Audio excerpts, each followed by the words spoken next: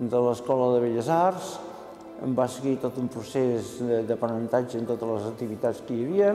Més tard, inclús llavors va ser que va donar classes, uns 20 anys com a professor de l'escola.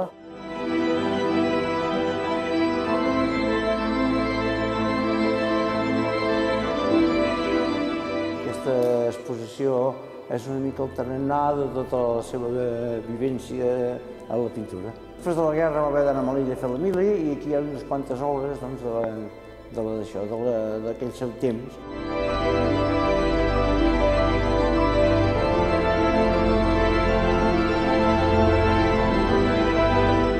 Que es nota molt pel color de la terra i de la manera de fer.